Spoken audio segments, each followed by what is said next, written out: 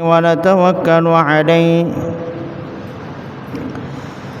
ونعوذ بالله من شرور أنفسنا ومن سيئات أعمالنا من يهده الله فلا مضل له ومن يضلله فلا هادي له ونشهد أن لا إله إلا الله وحده لا شريك له ونشهد أن سيدنا ومولانا محمدا عبده ورسوله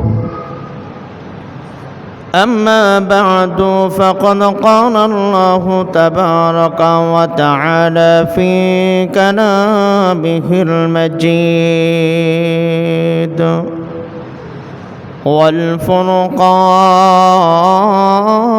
والفرقانه الحميد أعوذ بالله من الشيطان الرجيم بسم الله الرحمن الرحيم فاذكروني أذكركم واشكروني ولا تكفرون يا أيها الذين آمنوا استعينوا بالصبر والصلاة إن الله مع الصابرين وقال الله تبارك وتعالى يوم نقول لجهنم هل امتلأت وتقول هل من مزيد وأزلفت الجنة للمتقين غير بعيد هذا ما توعدون لكل أواب حفيظ من خشي الرحمن بالغيب وجاء بقلب منيب صدق الله مولانا العظيم وصدق رسوله النبي الكريم ونحن على ذلك من الشاهدين والشاكرين والحمد لله رب العالمين اللهم صل على محمد وعلى آل محمد كما صليت على إبراهيم وعلى آل إبراهيم إنك حميد مجيد اللهم بارك على محمد وعلى آل محمد كما باركت على إبراهيم وعلى آل إبراهيم إنك حميد مجيد لا إله إلا الله لا إله إلا الله لا إله إلا الله لا إله إلا الله لا إله إلا الله لا إله إلا الله لا إله إلا الله لا إله إلا الله لا إله إلا الله محمد رسول الله صلى الله عليه وسلم سبحانك لا علم لنا إلا ما علمتنا إنك أنت العليم الحكيم মুআজ্জাজ মুহতারাম, সম্মানিত মুসল্লিনে কেরাম, মহান আল্লাহ তাআলার আলিশান দরবারে লক্ষ করো শুকুর এবং সুজুদ যে আল্লাহ তাআলা আমাদেরকে বড় ইহসান করে, বড় দয়া করে, বড় মোহাব্বত করে, সমস্ত ঝামেলার থেকে ফারেক করে দুনিয়ার মধ্যে সর্বোত্তম জায়গা মসজিদে আল্লাহ তাআলা আমাদেরকে আসার এবং আল্লাহ তাআলা হুকুম পালন করার তৌফিক দিয়েছেন। এই জন্য মহারব্বুল ইজ্জত ওয়াল জালালের দরবারে আমরা কালিমাতুশ শুকর আদায় করি, আলহামদুলিল্লাহ। আমাদের পক্ষ থেকে লক্ষ করো দরুদ ও সালাম আকায়াম দাতা জিদার মদিনা সরকার দু আলম ইমামুল মুরসালিন সৈয়দুল আম্বিয়া মুহাম্মদুর রাসূলুল্লাহ সাল্লাল্লাহু আলাইহি ওয়াসাল্লামের প্রতি। আমি কোরআনুল কারিমে দুই জায়গা থেকে কয়েকখানা আয়াতে কারিমা তেলাওয়াত করেছি। আল্লাহ তাআলা চাহে তো আমাকে হেদায়েতের নিয়তে বলার এবং আপনাদেরকে হেদায়েতের নিয়তে শুনে প্রত্যেকে আমল করা তৌফিক দান করুক, সকলে আমিন। মহান আল্লাহ তাআলা বলেন, ফাযকুরুনি আযকুরুকুম, তোমরা আমাকে স্মরণ করো, আমি আল্লাহ তাআলা তোমাদেরকে স্মরণ করব। এখন যদি আমরা যে কোনো মুহূর্তে আল্লাহ তাআলাকে আমরা স্মরণ করি, যেভাবেই স্মরণ করি, তা আল্লাহ তাআলা আমাদেরকে স্মরণ করবেন। এখন যদি আমরা আল্লাহ তাআলাকে স্মরণ না করে যদি আমরা আমাদের দিলগুলির ভিতরে শয়তানে বাসা বাঁধাই, শয়তানকে আমরা জায়গা দেই, তাইলে আল্লাহ তাআলা বলেন, وَمَنْ يَعْشُ عَنْ ذِكْرِ الرَّحْمَنِ نُقَيِّضْ لَهُ شَيْطَانًا فَهُوَ لَهُ قَرِينٌ। যারা আল্লাহ তাআলাকে বাদ দিয়ে শয়তানকে তাদের দিলের ভিতরে জায়গা দেয়, শয়তানের কথা অনুসারে চলে, শয়তানকে তারা স্মরণ করে, তাহলে রহমান ওই সমস্ত বান্দার জন্য শয়তানকে তাদের জন্য নিযুক্ত করে দেয়। তা যারা আল্লাহ তাআলার স্মরণ থেকে গাফিল হয়ে আল্লাহ তাআলাকে যারা স্মরণ করে না, তা আল্লাহ তাআলার স্মরণ যাদের দিলের ভিতরে থাকে না, তাহলে যারা আল্লাহ তাআলার জিকিরগুলি আদায় করে না, তাহলে ওই সমস্ত দিলের ভিতরে শয়তান বাসা বাঁধে। আর শয়তানের বাসা বাঁধে যখন শয়তানকে আমরা জায়গা দেই, তাহলে শয়তানকেই আমাদের জন্য নিযুক্ত করে দেয়। কারণ আল্লাহ তাআলা বলেন, ওয়াকানা শাইতানু ইন্নাহু লাকুম আদুউম মুবিন, যে শয়তান হলো আমাদের প্রকাশ্য দুশমন, প্রকাশ্য শত্রু। শয়তান আমাদের বন্ধু না, শয়তান হলো আমাদের প্রকাশ্য শত্রু। শয়তানের কাজই হলো মানুষকে তাদের অন্তর থেকে আল্লাহ তাআলার থেকে তাদের অন্তরগুলো গাফেল করে, আল্লাহ তাআলার স্মরণ থেকে গাফেল করে শয়তানের দিকে মনোযোগী দেওয়া, এটা শয়তানের কাজ। কারণ আল্লাহ তাআলা বলেন, ألم أعهد إليكم يا بني آدم ألا تعبدوا الشيطان إنه لكم عدو مبين وأن اعبدوني هذا صراط مستقيم। আল্লাহ তাআলা আমাদের কাছ থেকে অঙ্গীকার নিয়েছেন যে শয়তানের অনুসরণ তোমরা করবে না। কারণ শয়তান হলো তোমাদের প্রকাশ্য দুশমন, প্রকাশ্য শত্রু। আর তোমরাই যখন শয়তানকে অনুসরণ করো, শয়তানকে তোমরা বন্ধু বানিয়ে নাও, তাহলে আমি আল্লাহ তাআলা শয়তানকেই তোমাদের উপর চাপাই দেই। কারণ আমি আল্লাহ তাআলা তোমাদেরকে বলছি, আনি আবুদুনি, যে তোমরা আমার ইবাদত করো। এর মধ্যে সফলতা আছে, এর মধ্যে সফল যাহা যে রাস্তা আছে এই ইবাদতের মধ্যেই আল্লাহ তাআলা রেখেছেন। তাহলে আল্লাহ তাআলা বলেন, ফাযকুরুনি আযকুরুকুম, বান্দা তোমরা যখন আমাকে স্মরণ করবা, তাহলে আমি আল্লাহ তাআলা তোমাদেরকে স্মরণ করব। যদি তোমরা আমাকে কোনো মজলিসের মধ্যে আমাকে স্মরণ করো, তাইলে তোমাদের থেকে উত্তম মজলিসে আমি আল্লাহ তাআলা তোমাদেরকে স্মরণ করব। যদি তোমরা আমাকে দুনিয়ার জমিনে কোনো মজলিসে, যে দুনিয়াবি ছোট কোনো মজলিসও যদি আমাকে তোমরা স্মরণ করো, তাহলে আমি আল্লাহ তাআলা তোমাদেরকে ফেরেশতাদের যে মজলিস আছে ওই মজলিসের মধ্যে আমি আল্লাহ তাআলা তোমাদেরকে স্মরণ করব, যে তোমাদের গুণ কীর্তন তাদের সাথে করব।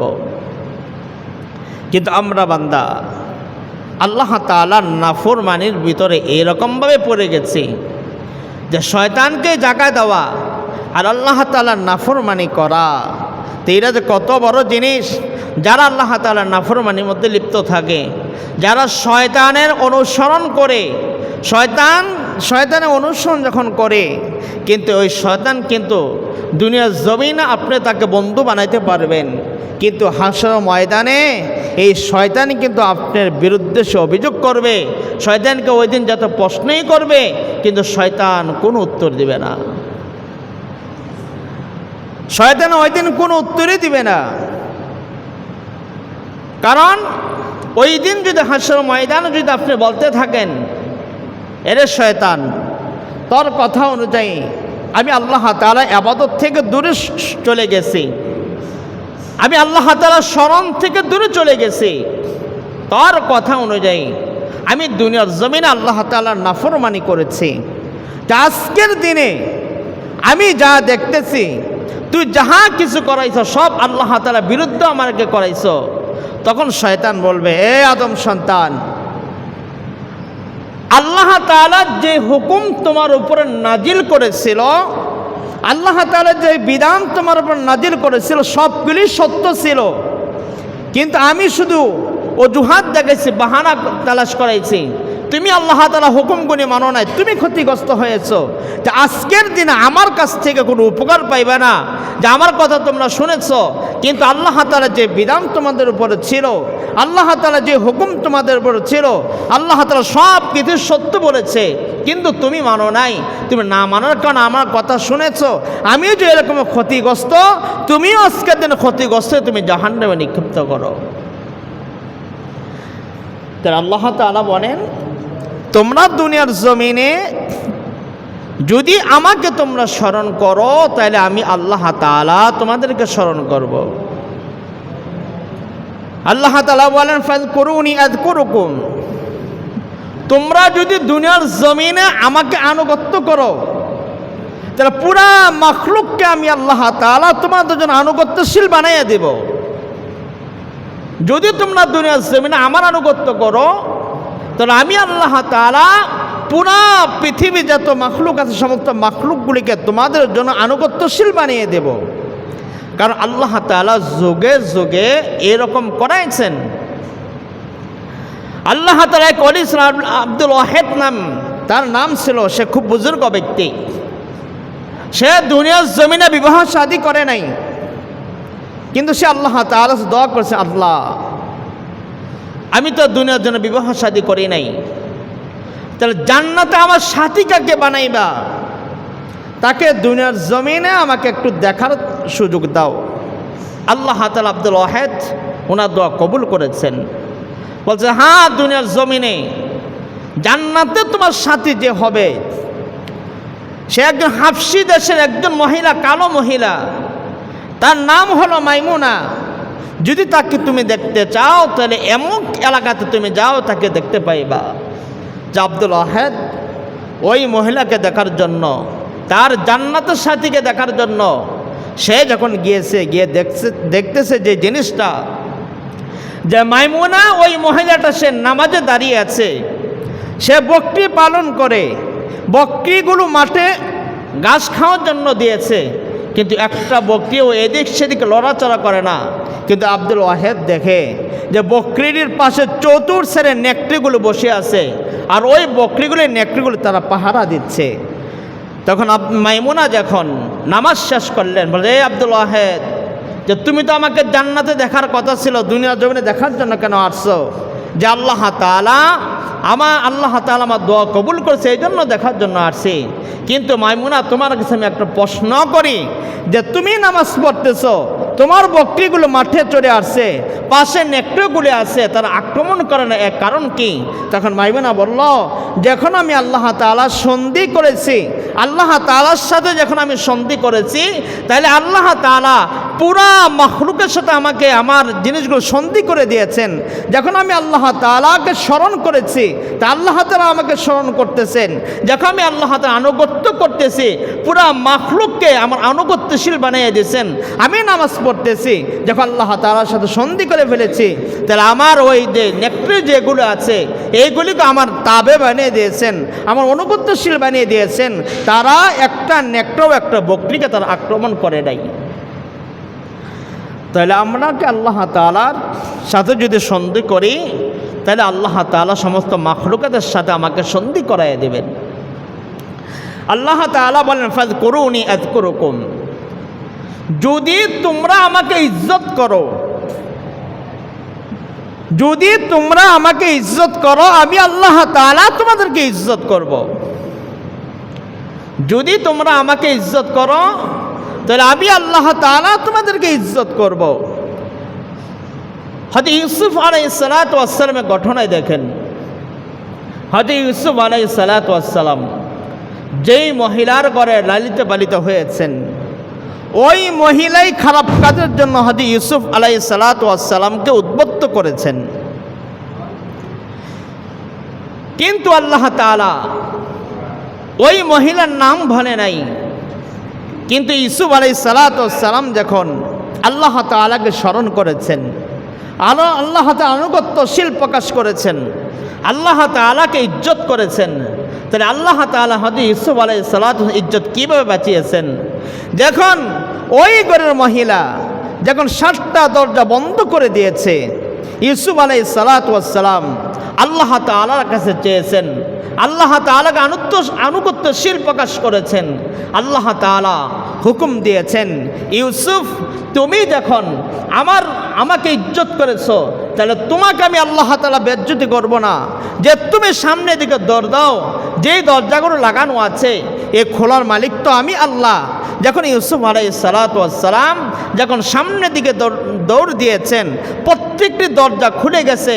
যখন 7ম দরজার মধ্যে আসছেন, ওই দরজাটা খুলতে একটু দেরি হয়েছে, ওই তার স্বামী আজিজে মিশর সামনে এসেছে।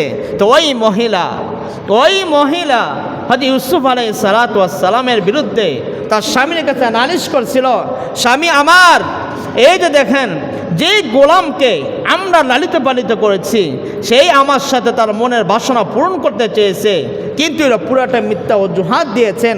যে ইউসুফ আলাইহিস সালাতু ওয়াস সালাম আল্লাহ তাআলাকে ইজ্জত দিয়েছেন, আর ইউসুফ আলাইহিস সালাতু ওয়াস সালামের ইজ্জত আল্লাহ তাআলা কীভাবে বাঁচিয়েছেন? যে এই জায়গার ভিতরে কোনো সাক্ষী নাই, এই জায়গার ভিতরে কোনো সাক্ষী নাই, কিন্তু আল্লাহ তাআলা এক নবজাত শিশুর মাধ্যমে আল্লাহর পয়গম্বর হযরত ইউসুফ আলাইহিস সালাতু ওয়াস সালামের ইজ্জত আল্লাহ তাআলা রক্ষা করেছেন। তো আল্লাহ তাআলার ইজ্জত যখন আল্লাহ তাআলাকে যখন আপনি ইজ্জত দিবেন, তাহলে আল্লাহ তাআলা আপনাকে ইজ্জত আল্লাহ তাআলা পক্ষ থেকে আপনাকে দিবেন।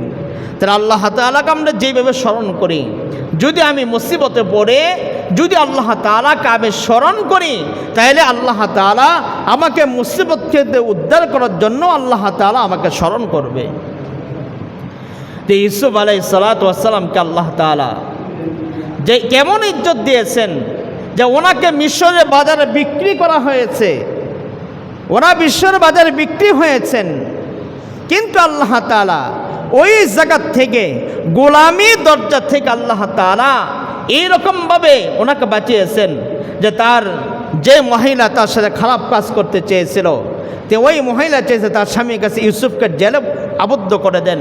যে এক যুগ ইউসুফ আলাইহিস সালাতু জেলে আবদ্ধ ছিলেন, কারাগারের মধ্যে ছিলেন, কিন্তু ওই দেশের বাদশা স্বপ্ন দেখেছেন, স্বপ্নের তাবির যখন ইউসুফ আলাইহিস সালাতু ওয়াস সালাম করেছেন, তো ইউসুফ আলাইহিস সালাতু ওয়াস সালামকে ওই দেশের বাদশা বলেছে যে আজকে থেকে তুমি আমার কাছে সবচেয়ে সম্মানিত লোক।